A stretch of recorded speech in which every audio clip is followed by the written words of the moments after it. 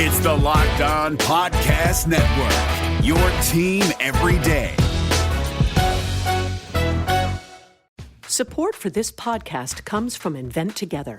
I bet you didn't know that inventing activity by Black inventors peaked in 1899, and it has never recovered. Black and Hispanic college graduates patented half the rate of white college graduates. That's just one of the reasons why you need to know about Invent Together. When our patent system gets more diverse, our nation will get stronger and more successful. Find out how you can help diverse inventors and unleash economic opportunity at inventtogether.org. You are Locked On 49ers, your daily San Francisco 49ers podcast, part of the Locked On Podcast Network, your team every day. Welcome to Locked On 49ers Winky Wednesday. Eric Crocker, Brian Peacock, and our guest, Mr. Nick Winkler, joining us on this Wednesday edition. Dip into the mailbag. We've got some questions for Nick about quarterbacks. Who would you take? This is a question that's been going around this offseason, and it's topical with all the Eli Manning and Derek Carr talk Croc and I have gotten into this week about where Garoppolo ranks amongst some other quarterbacks in the league. Jason Verrett trying to recruit a veteran defensive end that is currently a free agent onto the San Francisco 49ers, and we'll see where those questions take us. I've got a comp for rookie running back Trey Sermon as well. I'm going to run that one by you guys. At BD Peacock, at Eric_Crocker, and at Bay Area Wink. Nicholas Winkler, come on down. Nick, what's happening, my man? How are you? Hey, guys. I am about to play Wednesday evening, my first slow pitch softball game since late 2019. Croc, I think you just got done playing slow pitch softball. You're just getting into it, right? It'll get you, dude. This is a sport. And Wink, I've played with you a couple times, and I know you were into the slow pitch softball game for a while. I don't know if you're still playing in the Monterey area, but there was a time in San Francisco where I was playing like 3 or 4 nights a week. Like, you get recruited, you're playing on one team, then all of a sudden you're playing on another team, then someone needs to fill in, and if you play well, now you're on that team for good. And it's just one of those things I end up playing every night of the week, and it's not that hard on the body, so you can continue to do that. And I'm actually recovering from a sprained ankle playing basketball because I was trying to get back into shape a little bit post-pandemic, all vaxxed up. We had this vaccinated crew that was starting to play some pickup hoops. Landed on a guy's foot trying to pull down a rebound. I don't know why this 5'9" dude was standing underneath me after I pulled down this rebound. It's like some people just don't speak the language of certain sports, you know? So I turned my ankle, and it's like, basically, I'm at the point where I'm not in good enough shape to exercise. It's like I'm in a bad spot, but I think slow pitch softball is going to be okay for me. Croc, how is the slow pitch softball world going for you? Oh man, we got crushed tonight. Like, they had to even stop the game. It's supposed to be like a running clock, 60 minutes or something like that. The score was 25-0.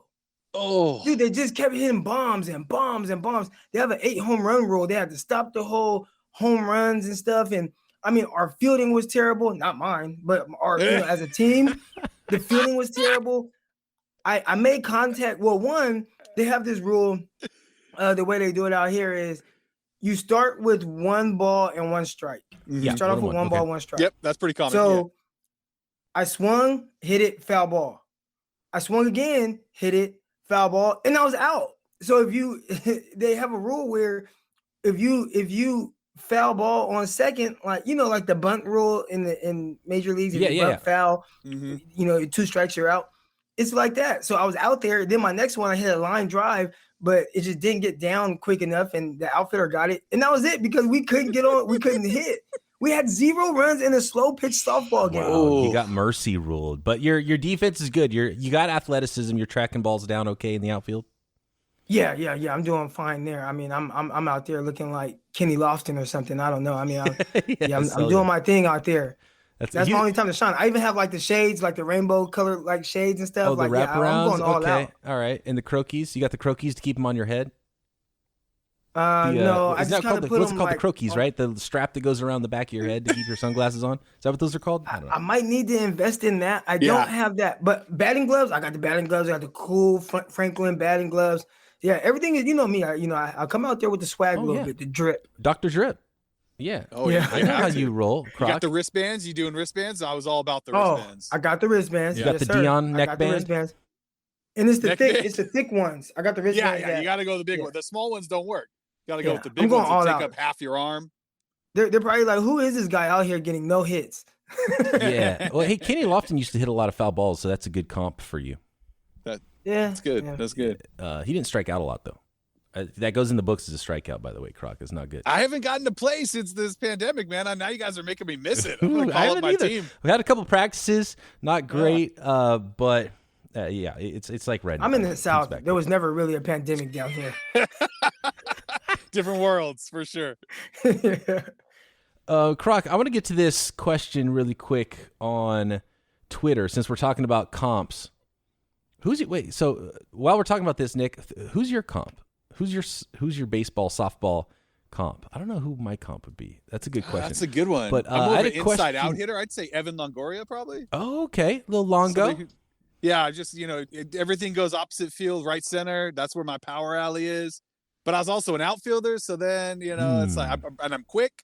So, I don't know. That's a good one. I have to figure somebody out. Maybe Lamont Wade Jr., current Giant. He just got sent down, so that's not good. I know, but he had a cannon. I mean, that's, that was one of my things out there, All right, that's good. Let's think about that. But my comp for, and this was a question from, let me find the tweet. This is from Individualist on Twitter, who was listening to our pod yesterday about Trey Sermon, Croc, and he said, who's your NFL comp for him? If it's in the episode, I'll check it out.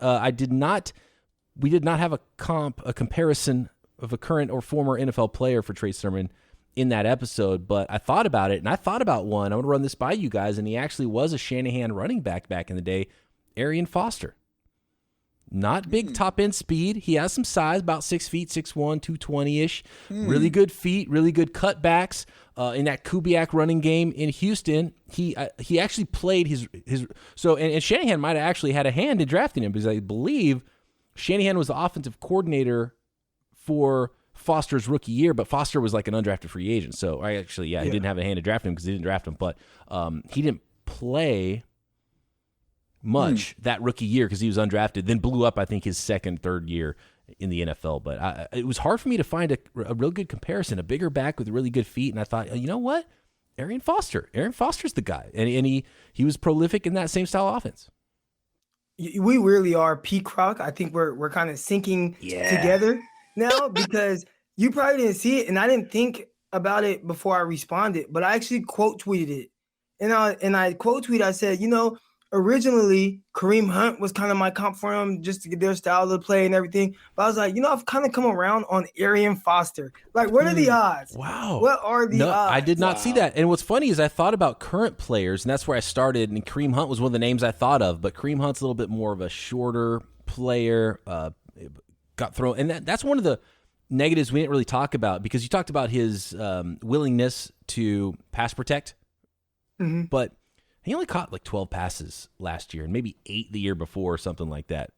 He didn't catch a lot of passes. I think a lot of people might knock him for that and say that he's not a good pass catcher. But when I was watching him, he had soft, natural hands. It looked like it was like one fluid motion with catching the ball, turning and running. I thought he was good after. So I don't know if it's so much that he can't catch passes or if they just didn't utilize it because they were so busy throwing the ball downfield with Justin Fields. The comp I had, I was thinking maybe a little bit Devontae Freeman just because of the feet and not really big time long speed, but I already used the Devontae Freeman for JaMychal Hasty. That's who I thought he reminded me of, maybe a lesser version of Devontae Freeman last year. So clearly that's something that Kyle Shanahan really likes in his running backs is, that feet and your short area quicks and maneuvering in the hole, hitting that cutback lane, which is obviously a big part of that outside zone scheme. You guys are getting me excited over here talking about possible Arian Foster coming to the team. Like, you're talking about a guy who destroyed the NFL. Like, when he was at his peak, you did not stop Arian Foster. So as the fan on the show right now, you guys are getting me all pumped up. The voice of the fan, Nick Winkler, as he is known here on this podcast. Yeah, and it's tough because every time you bring up a comparison, you're talking about a player who's never played in the NFL. and you always bring up these crazy lofty comparisons too, but just stylistically, Sure. I don't want to put that on him necessarily. Hey, but don't come at me with he reminds me of Kerryon Johnson, because I'd be like, oh, awesome. Come on, nobody wants to hear that. Actually, Elijah Mitchell has some Kerryon Johnson. Actually, Elijah Mitchell, what's funny is another Shanahan back. If I had a comp for Elijah Mitchell, and we haven't talked about Elijah Mitchell much yet, but we're going to get to that later this week, maybe on tomorrow's pod, and do the scouting report on him. Actually, it's Tevin Coleman. A little bit more upright, a little bit more linear, straight line-ish. It's because Elijah Mitchell has more top-end speed, maybe not quite the 4.3 that he ran at his pro day. He doesn't look like that on tape. He's a lot lighter at his pro day. More top-end speed, but less short area, and that's kind of what Tevin Coleman was.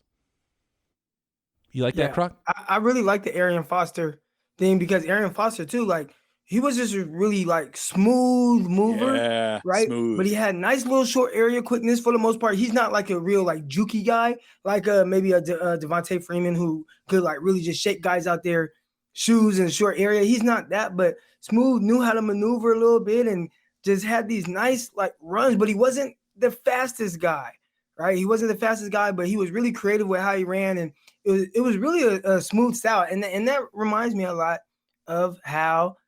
I'm drawing a blank on this running back that we're talking about right now. Trey Sermon. Yeah, too many hits to the head. Sorry, guys. Did you take a pit? Did you get brushed back off the plate and take one off the noggin or something? Those slow pitch softballs, if they get you in the head, bigger. man, that's no good. Surface area. Yeah. Now, you guys mentioned smooth running. I love that. I love that when you're talking about running back in the NFL, because I know for the longest time watching Le'Veon Bell run, it was just so smooth. He would wait for the hole to open up. He would take his time, and then boom, he did it. Again, not the fastest runner in the world, but it's that smooth, that ability to just wait for something to happen in front of you. Arian Foster was a genius at it as well. So if Trey Sermon's anything like either one of those guys, man, they definitely found themselves gold. I thought a little bit about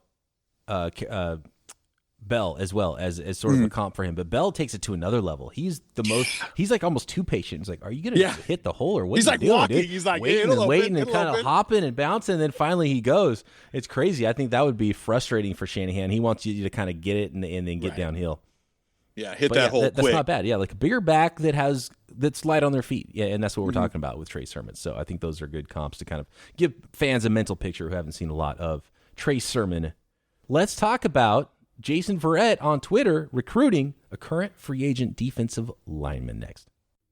I'd like to take a moment here to tell you about Bet Online, which is the fastest and easiest way to bet on all your sports action. And then when I say all your sports, everything. Major League Baseball, NBA, NHL, playoffs. Super fun, even more fun when you've got a little bit of extra action on those games. UFC, MMA, celebrity boxing, golf, everything you could imagine betting on, they've got available. They've got lines on it at Bet Online. You've got some futures bets when it comes to NFL teams. Over-under win totals on your favorite team. Rookie of the Year, MVP, and Super Bowl champion. So before you do anything else, head over to Bet Online. Your laptop, mobile device, your desktop computer. Don't sit on the sidelines anymore. This is your chance to get in the game. Get your 50% welcome bonus on your very first deposit using promo code LOCKEDON. That's promo code LOCKEDON at BetOnline, your online sportsbook experts.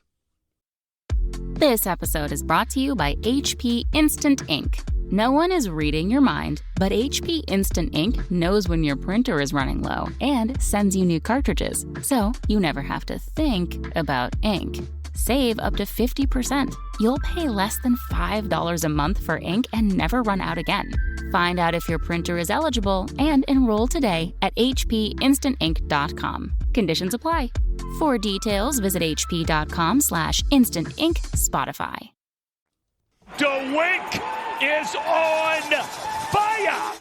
Nicholas, is there anything, I want to give you a chance here. Is there anything that you're stinking on right now before we get going with any of the other news and some of these Twitter questions that we've got? This is the most boring time of the year right now. What in the world could I be stinking on? Well, right? Here's the thing. We've got big news here. We've got breaking news from the NFL concerning your San Francisco 49ers. The official NFL Twitter account said, name a defense that should add Melvin Ingram, and has a little video of defensive end who used to play for the Los Angeles and San Diego Chargers. A little highlight reel of him. You know who responded to that? The 49ers' own Jason Verrett. He said, quote, "That red and gold with the dreads swanging would look good on you, Brody," at Melvin Ingram. Even tagged him. I don't know if actually, let's find out if Melvin Ingram responded to that yet, because that could just add even more fuel to the fire. But what are your thoughts, Nick? What do you think? A little extra pass rush added to the team now that Willis is suspended, Nick Bosa coming off of an ACL. Who knows if D Ford will ever play again? A little light at defensive end with pass rushers. What do you think about Melvin Ingram? I mean, first of all, anyone would look good in the red and gold. I mean, come on, those are the prettiest colors in the NFL. Yep. There's no doubt about it. And I watch a lot of Hard Knocks too. And last year it was the Rams and the Chargers, and so got to see a lot of Ingram. And I mean, yeah, that guy, he's a beast. Like you want somebody to be a force out there. You don't, like you said, it's kind of question mark about Bosa. Is he going to come back? Is he going to have that burst? You see videos of it. You're like, yeah, wow, small bear's ready to go, but you just don't know. You don't have that insurance there. And if you could go out and you can get a guy like Melvin Ingram, you go out and you get a guy like Melvin Ingram. Like it's with the Julio Jones thing. If you have a chance to sign Julio Jones, you sign Julio Jones. If you have a chance to sign Melvin Ingram, come on, there's no question about it. If he fits and you can get him on the salary cap, you got to get that guy. He's sort of that D Ford mold too. He's a shorter guy. He's only like 6'2", I think, but he's thick and he's strong, and he can hold up on the defensive line, and he's not as good as his teammate Joey Bosa. Right. He's not as explosive as D Ford was pre-injury, but he's put up some good seasons. Didn't have a big season last year, and it's probably why he thinks he's probably worth more than what the Chargers were willing to offer. We'll see what kind of deal Melvin Ingram gets if he does one of those 1-year deal things, and then with the better cap situation next year tries to cash in or something like that. But Justin Houston, Melvin Ingram, Croc, I'm all about it. We talked a little bit about it earlier this week when we were talking about the suspension to Jordan Willis. I feel like they got to do something there, and it sounds like Jason Verrett's on board as well. Yeah, so I was listening to the Mayoko podcast, and he brought up something that was very interesting.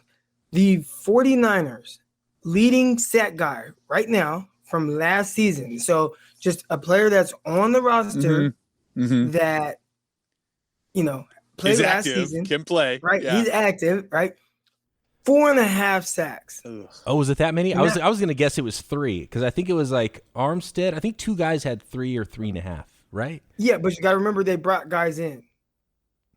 So Ebucam or Ekubam? Oh, so yeah, the leading sack getter wasn't even on the 49ers last year. It wasn't even on the 49ers. Wow. So out of all their defensive linemen or defensive players, the guy currently on the roster that had the most sacks last year was Ebucam or Ekub. Yeah, I always butcher his name. Abelcom. And even then, he did not have a ton of sacks. It was like 4.5 sacks. That's not a ton. So, yes, the 49ers, if you have a chance to kind of get a guy like Ingram, and obviously the 49ers have guys that are coming back from injuries. So that's not including a D Ford, who only played 1 game. That's not including Nick Bosa, who played a game and a quarter. You have guys coming back that can be extremely productive, but there's still kind of a lot to bank on with not much else to kind of help. Maybe Armstead, because the year before Armstead had 10 sacks, but as of right now, it's just that's not a great number. That's not very encouraging hearing anything like that. Yeah, you mentioned Armstead, and Nick Bosa makes Armstead a lot better. So yeah, you see Armstead with Bosa and without Bosa and without Buckner last year, because Bosa was gone and his buddy Buckner was gone too. And I go back to, and by the way, you're correct, is 4.5 sacks. So Abelcom had 4.5 sacks the last 2 years with the Rams, and I think Armstead had 3.5 and led the 49ers last year, which is just abysmal. And so we saw it last year, and then we saw it but pre-Bosa, pre-D Ford, because they both arrived in 2019. And that was with Armstead and with DeForest Buckner. And like the interior was fine, but the defense was functional without those defensive ends, without those edge rushers, those edge players. Right. And I hope the 49ers learn their lesson and aren't thinking they're just going to skate through. And I know they're putting a lot of hope. And Nick Bosa, I have a good feeling he'll come back and be the dude. But man, that's his second ACL. He's somebody who could get hurt. You have to have an edge presence there. And I know they've spent so many resources there now with D Ford, and they have money invested. And you just can't screw around with that position. It's too important. And if you're not getting after the quarterback, and look, their corner situation, I like Verrett a lot, but it's not as good as the 2019 season either. So if you think this defense is going to be like 2019, it's got to come from the defensive line. That means both Nick Bosa is healthy and playing at that level, and they're getting all of that extra production from the defensive tackles and Armstead and Abelcom and everybody else. And, man, it's hard to project that everything's going to go that right for the 49ers defensive line right now.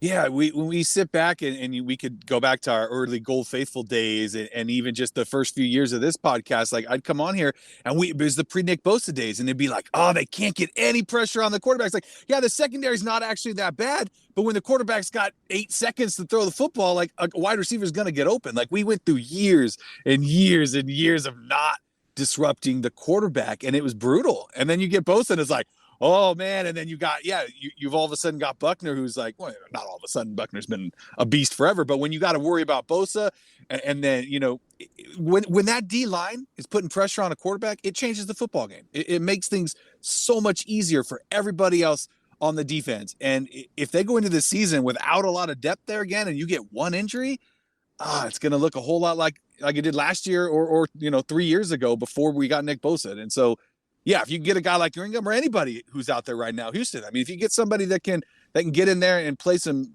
significant snaps and go after the quarterback, you got to do it. It worries me a little bit, Croc, like going back to 2018, right? Because even if Javon Kinlaw takes a huge step, is he going to play at the level that DeForest Buckner did? Because pre-Bosa and Ford in 2019, we had Armstead and DeForest Buckner was there, and he's putting up 12 sacks, and it was still like, that's not enough up front. You got to have that edge presence, right? Yeah. I think the 49ers might miss a guy like Kerry Hyder. He had 8.5 sacks last season, and he's kind of been the forgotten man throughout this offseason. The 49ers got back a ton of players. He's one guy because maybe, he started off as a reserve guy. People forget about him, right? It's like you hear about, they brought back Tart, they brought back Verrett, Kwan Williams, and they signed Sosa. I don't want to butcher his name, so I'm just going to call him Sosa. But you forget about a guy like Kerry Hyder, who was the 49ers' most impactful defensive lineman. And he wasn't doing it with just pure speed, but he had a high motor and was always there making plays. So I think that's one guy that definitely the 49ers right now could use. Did Seahawks pay him that much money to where the 49ers couldn't match that or couldn't figure out a way to utilize him? And maybe they're looking at it like, hey, we don't want to pay him legit starting money because we don't think he's that type of edge rusher. He was more of an effort type guy, but at the end of the day, 8.5 sacks is 8.5 sacks. And I thought, when watching him, he was that guy that continued to, jump out. So Hyder signed a nice deal for a backup and not really starter money, especially when you consider what kind of money defensive linemen and defensive ends are getting right now. He signed a 2-year, $6.8 million contract. Ooh, that seems so low for a guy that just got 8.5 sacks. He was important. And, the motor that he brings, and Ronald Blair, too, and now he's with the Jets, and Blair was sort of the guy that Hyder was before he got hurt. And it was like that guy that surprised you is how good he was and his motor and would get in there and help you get pressure. So, that defense has to get pressure. That's what the whole thing is built on. And that's one of the ways that everyone's focused on the quarterbacks right now for good reason, but that defensive line is something to focus on because that's the engine that drives the whole thing. It's what drove the 2019 team. And if they're not getting pressure on the quarterback, the Niners season could go south pretty quickly.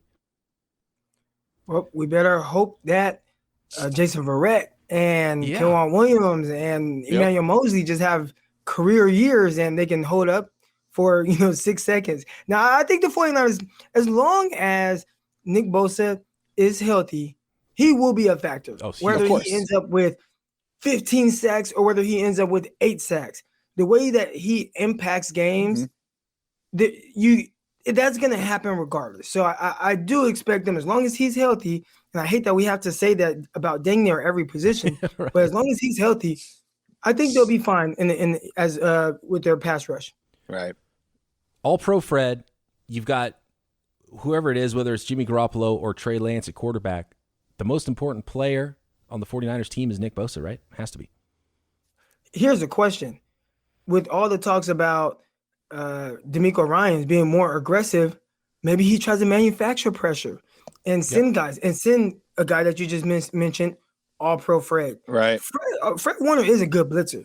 So maybe he sends him more, but then he's like the highest coverage guy graded guy in the league, according to PFF. So do you lose Fred Warner's coverage ability, and use him as more of a pass rusher in key situations?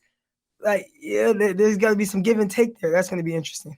Definitely a storyline to watch in training camp, especially. And I think the biggest key to training camp this year will be like, let's stay healthy and let's have a healthy team going into the season. And maybe, especially coming off of last year. Yeah, maybe have a healthy season, a healthy team in week 3 at least, right? Yeah, it'd be nice to not lose your top defensive player there by week 3. Yeah, I'm into that. All right, let's get to that mailbag. Winky Wednesday next. RockAuto.com is a family business. They've been serving auto parts customers online for 20 years. Convenient self-service at RockAuto.com, where you can shop for auto and body parts from hundreds of manufacturers. They have everything from engine control modules to brake parts to tail lamps, motor oil, jumper cables, even new carpet for your classic cars, your daily driver. Get everything you need in just a few easy clicks, delivered directly to your door. The RockAuto.com catalog is unique and remarkably easy to navigate. Quickly see all the parts available for your vehicle, choose the brands, specifications, and prices you prefer, and best of all, prices at RockAuto.com are always reliably low, and the same for professionals and do-it-yourselfers alike. Why spend up to twice as much for the same parts? Go to RockAuto.com right now. See all the parts available for your car or truck. Write Locked On in their How Did You Hear About Us box so they know we sent you. Amazing selection, reliably low prices, all the parts your car will ever need. RockAuto.com. Starting to realize that there's no bad time to enjoy a Built Bar. It's how I started my day today. Did not have a lot of time before I had to hit record and get working. If you are low on time, you want a healthy snack, you need to replace a quick meal maybe, you can't do much better than a low sugar, low calorie, high protein, high fiber snack that tastes awesome. And to make it even tastier, I'll tell you how you can get 15% off your next box of Built Bars. Built Bars are great for the health-conscious folks out there. Lose or maintain weight while indulging in a delicious treat. It's a protein bar that tastes like a candy bar, and even great for a keto diet. That peanut butter flavor, 19 grams of protein, only 180 calories, and 5 grams of sugar. Cookies and cream, 17 grams of protein, only 130 calories, and 4 grams of sugar. So go to BuiltBar.com, use promo code LOCKED15 for 15% off. That's LOCKED15 for 15% off your next box of Built Bars at BuiltBar.com. All right, guys, I want to get to some questions, so let's try to keep this short, but I've teased it, and I want to talk about it. There was a tweet put out there by PFF. A lot of people argued about it. Croc and I have kind of been talking about it. Let's put a cap on it right now. And Jimmy Garoppolo, Derek Carr, Kirk Cousins, I think there was a fourth quarterback in the mix. I don't even remember who it was right now. If there's any other quarterbacks you would want to put in that sort of a zone, as you know, they're mid-tier quarterbacks in the NFL. Who do you take there? Because I've been down on Carr, and Croc likes Carr more than me, so I'd put Carr third. I would go Cousins just by a hair, Garoppolo, then Carr. But to me, it's a tier where, like, who's your coach, who's your receivers, and I'll take that quarterback. You know what I mean? So, like, they're not enough of a difference maker compared to those other guys in that tier that would make me take them depending on the situation. So it's all about context. Give me the best coach, give me the best talent on offense, and then whichever one of those quarterbacks you choose, I think you could be okay with those guys, but you're not going to be beating teams because of your quarterback with any of those guys. That's the way I look at it. I feel like I'm going to get roasted if I say this, but I might put Garoppolo last on that list, man, just based on the health factor. You know, you got to have your quarterback on the field. How many games has Cousins missed, right? Right? I mean, Carr's a guy too who he missed some time last year and you got to see a little backup action, but to me, Carr also has been a tough guy. He's been out there a lot. Jimmy Garoppolo's missed a lot of time. I love him as my quarterback. I love when he's on the field. He led this team to a Super Bowl, but to me, health is like the most important thing when it comes to your quarterback. You need your quarterback on the field. Oh, man, I know I'm going to take a lot of heat, but I'd probably go with Cousins, number 1, and then probably Carr 2, Jimmy 3. Can't believe it. You have to believe it. I mean, I get it, though. Consistency. I looked at Carr's numbers when I was having this conversation with Croc the other day. and I was kind of blown away by how Carr has been the exact same guy every single year. And I thought he had a much better year last year, but now it's the same exact. It's like he's like between 38 and 4,000 yards every year. You know what you're going to get. Yeah, you know exactly what you're going to get. It's not great. He's not going to win you a bunch of games either. That's why I'm like, if I have Carr, I'm trying to find someone better. But the Niners just had Garoppolo, and they spent a hell of a lot to get someone better.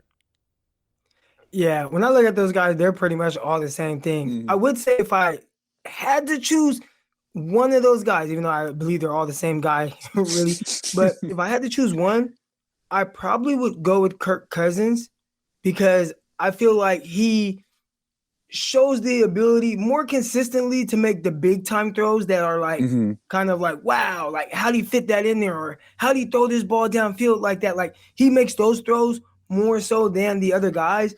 I do think there's an element of consistency that's missing with him throughout games that maybe you get a little bit more from Garoppolo. So there's give and take with all these guys. I think Carr, out of all the guys, is the most he has the most intangibles. I think his arm is probably the biggest.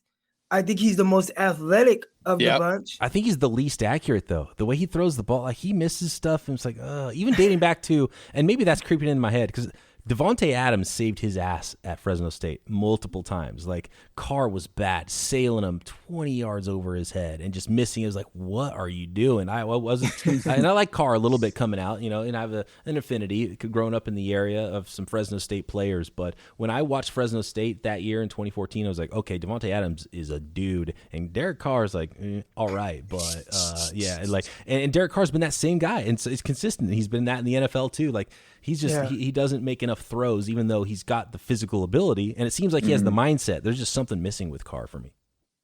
See, I think you're just a little too close to the situation, and that's why you're so hard on him. Maybe.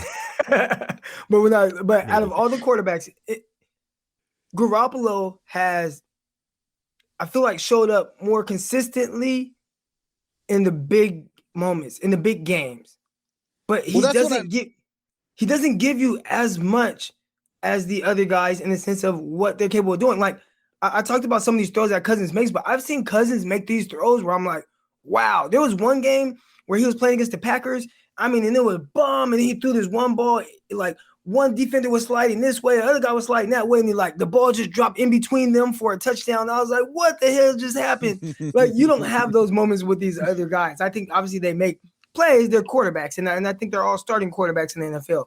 But I think Cousins just gives you a different element of being able to throw the ball downfield. But then I can say, well, the 49ers kicked his butt in that divisional round.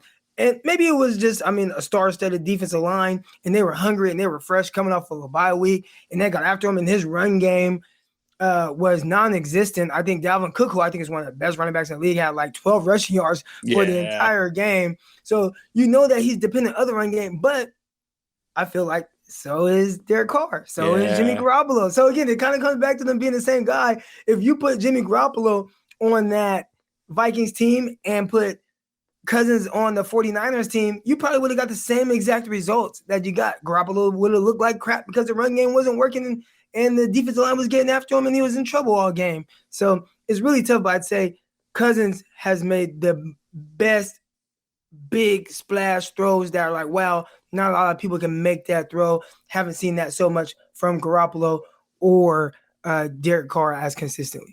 Especially if you're picking with these three quarterbacks and it's like, you got to pick one to start a game for you. It's like, I'd love to be able to pick Jimmy, but you just don't know if he's going to finish that game. You know what I mean? Yeah, or be available right when the game starts. Yeah, that's right. Tough. Yeah, the injury thing's just been bad. That's really hurt Garoppolo at multiple levels and hurt his development. And who knows, maybe he takes a step where at this time next year, we're like, hey, Garoppolo easy. And we might have said that last year at this time.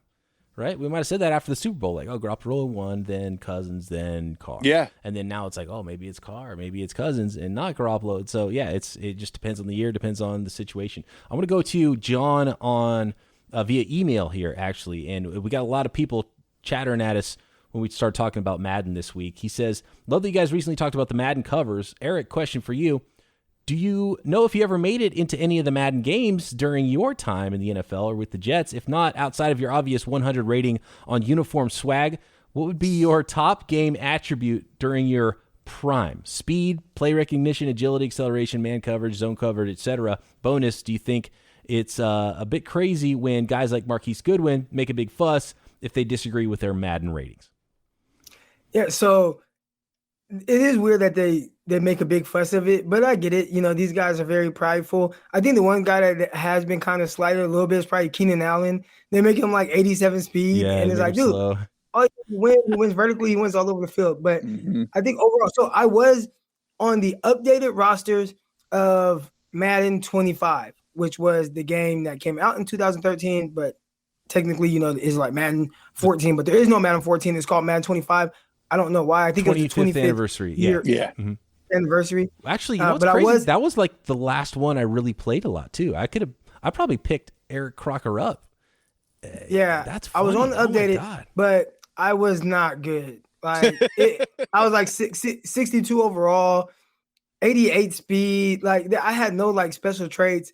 I just would have had to be a guy that you wanted to develop. My face didn't look anything like me, so obviously I wasn't a guy that they were going to face scan. But yeah, that was the only one I was on. Still pretty and cool, it was man. only like brief moment because once they updated again, I was gone. Oh no! Did they get your face mask right? They did get the face mask right. They do a really good job. I feel like with the gear and everything, they do a good job. And I have that's the only way to go right there, baby. Yeah. Tell the folks on the podcast which face mask that was that you just showed us. So this face mask, this is the, you can call it the Dickerson. A lot of people call it the Dickerson. So as you can see, Eric Dickerson wore this face mask. You can call it the Deion because I think most people, you know, Deion Sanders is really popular amongst most people with his swag, his drip. And that was mine. I mean, I was going to wear this helmet no matter what. I actually had to buy this helmet. That's why I'm able to still have it. My college, all they had was Revos, and I refused to wear a Revo. So I went out and spent like $250, got a helmet, got to keep it for life. I refused to wear it. That's awesome. That's cool though. That now you still have that, so that's totally worth it. Hell yeah. The helmet had the three bars in the front and then the O-ring. I was just an ox coming right at you. Fullbacks and nose tackles for that one. That's some Lorenzo O'Neal stuff. Yeah, that's absolutely. Wink, what was your best year of Madden? I told Croc I could have beaten him in 2004 Madden, and maybe that's the only year. Was there a year? Because Croc is legit. Is there a year you could have beaten I'd Croc love to in play Madden? you sometime Right because now. I think I could beat you at any Madden. Wow. Okay. I mean, we're gonna have to live stream this, dude. You don't just say that to Eric Crocker and not have to play, dude. I play a lot of video games, man. What can I say? I played a lot of Madden. I played it ever since it first came out. I had a Nintendo in 1986, man. Let's go. Listen, I'm in the actual Madden League. Like when I leave here right now, I actually go to play my Madden League game. All right? I love it. I love it. Yeah, no, I'm faithful with Madden. Let's do it. I don't play any other games. I only play Madden. I would love to play Call of Duty. I would love to play 2K and all these other games.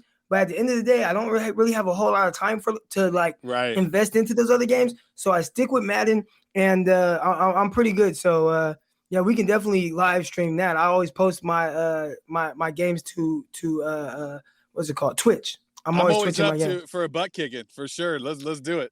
When this event goes down, how do you guys pick your teams? Can you be the same team? You got like Niners on Niners, or is there like? I'll let him pick my team. Nice. Oh wow, Nick picks both. That's always around the football at that time. Made a great catch. Wow. Okay. I love the confidence. confidence. I can't wait. It's next level. Is there cheat code players these days? Is it like everyone chooses the Ravens because you can't screw with Lamar Jackson or something like that?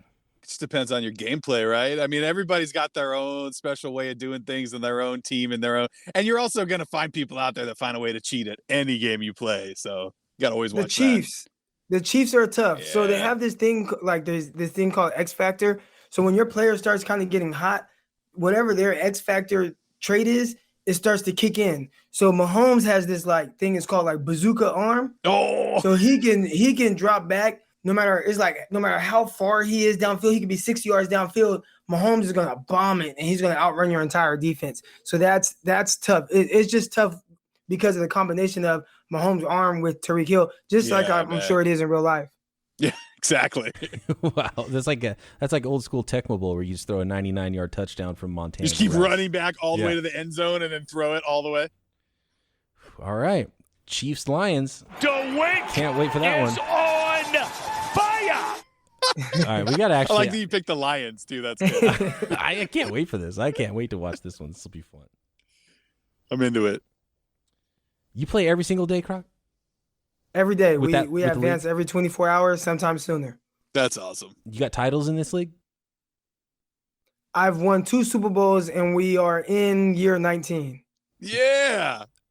I know everyone's not watching this, and this will be on YouTube at some point. And Croc's building a new studio. We were vibing on his studio before we started. You got to have your banners. Banners fly forever. You got to have those Madden banners up there in the background somewhere. I know. I got to get those. I got to finish decorating up in here. It's still kind of empty a little bit, but I'm making way. I just got the keys a couple days ago. So, now I'm excited to start kind of building on to this office of mine. $500. That's when it's good to be in the South. I have a lobby area, a reception area, 2 full offices, and like a kind of a break room type area. $500 a month. Let's go. That's just Eric nonsense. Crocker, always around the football in that Can't time, even get a made closet great for that. catch. Oh, yeah. Oh, yeah, California. $500 a month doesn't get you very far. All right, fantastic stuff. Thanks, Croc. Thanks, Wink. Thanks, everybody, for listening. Apologies for not getting to a lot of your questions. We'll hit some more questions later this week with Crocker right here on Locked On 49ers. See ya.